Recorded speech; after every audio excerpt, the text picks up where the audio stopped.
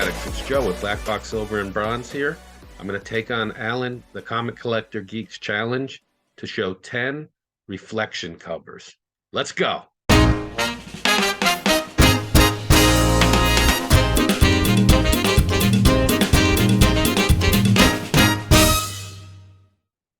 Hey, Comic Addicts, let me start off with an honorable mention. Clairvoyant #1 from 1946.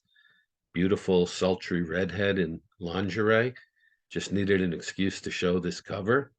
She has a premonition about what's to happen, and if you see in her premonition, she's sitting in front of a mirror.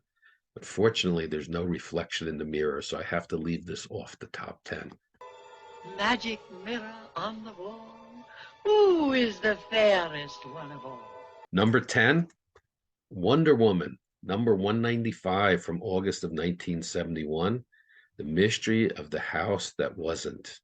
And this is the part of the series in the 70s where there was about a 10-issue run where Wonder Woman was not in her red, white, and blue costume, but she was a liberated woman, and her costume was like white clothes. And there was another character in here who she was palling around with named I Ching. But there you see Diana Prince reflected in the mirror. Magic mirror on the wall, who is the fairest one of all? Number 9 is Daredevil, number 61 from February of 1975. And you can see on here that there are all sorts of mirrors. He's kind of like in a fun house. And he doesn't know which are the real villains and which are the images. He's got to figure it out. You could see Daredevil's image in a reflection in a mirror here. Here you have Mr. Hyde reflected over here. Here you have Cobra reflected over here. And then he's also taken on the Jester. So plenty of reflections there for the challenge. Magic mirror on the wall, who is the fairest one of all? Number 8 is Weird Western Tales, number 26, an early Jonah Hex story before he had his own title. And this is a great cover where this guy's got a gun to his head. And if you look in the mirror, you see the reflection of who's holding that gun is Jonah Hex. Great cover. Magic mirror on the wall, who is the fairest one of all? Number 7 is Captain America, number 198. From June of 1976, 1 month before the United States bicentennial. This is a Jack Kirby cover and interior as well. And on this cover, you can see Captain America and his love interest reflected in the scope of the rifle. And one of the things that I always loved about Jack Kirby was when he did these huge 2-page spreads, and you could see all kinds of different equipment in there, futuristic equipment. This cover or this comic also had 2 variants. You could see it says still only 25 cents there. And so there was a 30-cent price variant for this as well as a pence variant. Magic mirror on the wall, who is the fairest one of all? Number 6, Detective Comics number 611 from February of 1990. And this is the Penguin, and Batman is reflected in his monocle. And if you look closely, you can see that he's getting blasted by one of Penguin's umbrella weapons. So this is a pretty cool cover. Kind of reminds me of Romita's version of SpiderMan and Doc Ock. Magic mirror on the wall, who is the fairest one of all? At number 5 is Crime Must Pay the Penalty. Number 12, this is from Ace Periodicals from February of 1950. And the reason I picked this one up, the reason it grabbed me was because of the reflection.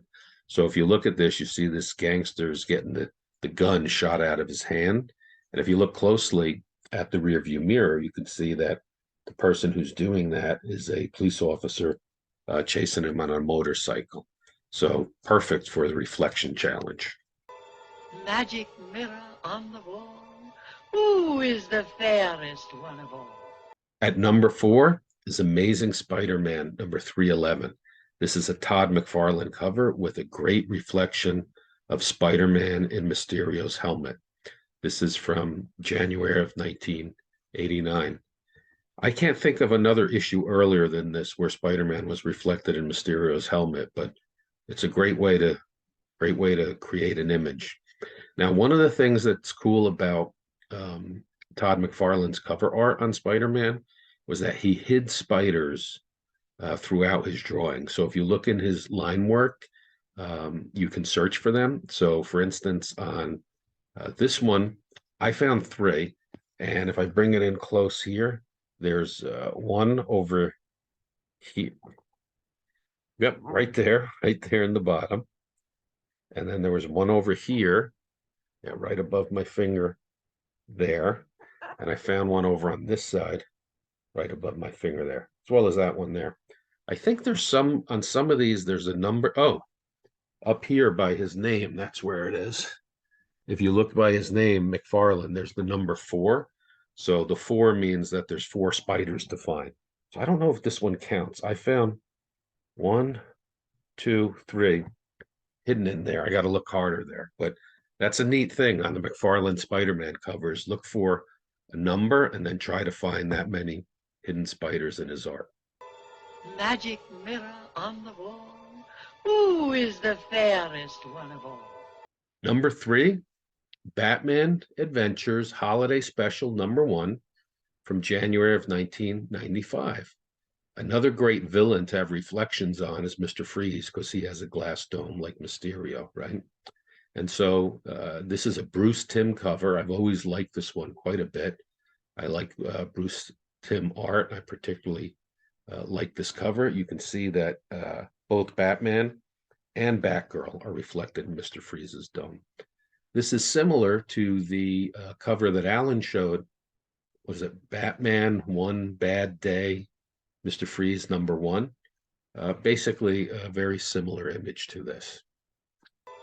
Magic mirror on the wall, who is the fairest one of all? Number 2, can't leave off Iron Man #128, Demon in a Bottle story from November of 1979, with Tony looking in the mirror, very haggard and, run down from his battle with alcoholism. Magic mirror on the wall, who is the fairest one of all? The #1 reflection cover is John Romita's Doc Ock, Spider-Man reflected in the goggles on Amazing Spider-Man #55 from December of 1967. Not only is this the #1 reflection cover, but this is one of my favorite covers. That's why I have the slabbed copy of it, CGC 9.4. And something that's interesting about here, the notes up here say that it has 2 Siamese pages. We are Siamese, if you please. So I'm not 100% certain what Siamese pages are, but I think it's when you get a comic and the printer didn't cut the pages properly and it's like still joined, like a little inch at the bottom. I think that's what Siamese pages are, but that doesn't affect the grade. This cover has been imitated. Amazing Spider-Man #427. I'll drop in the image right there. It's been imitated, but not duplicated. This one by John Romita just is really, really cool. And so that's my #1. Comic addicts, thanks for watching. I hope you enjoyed this. I'll see you next time. Bye-bye.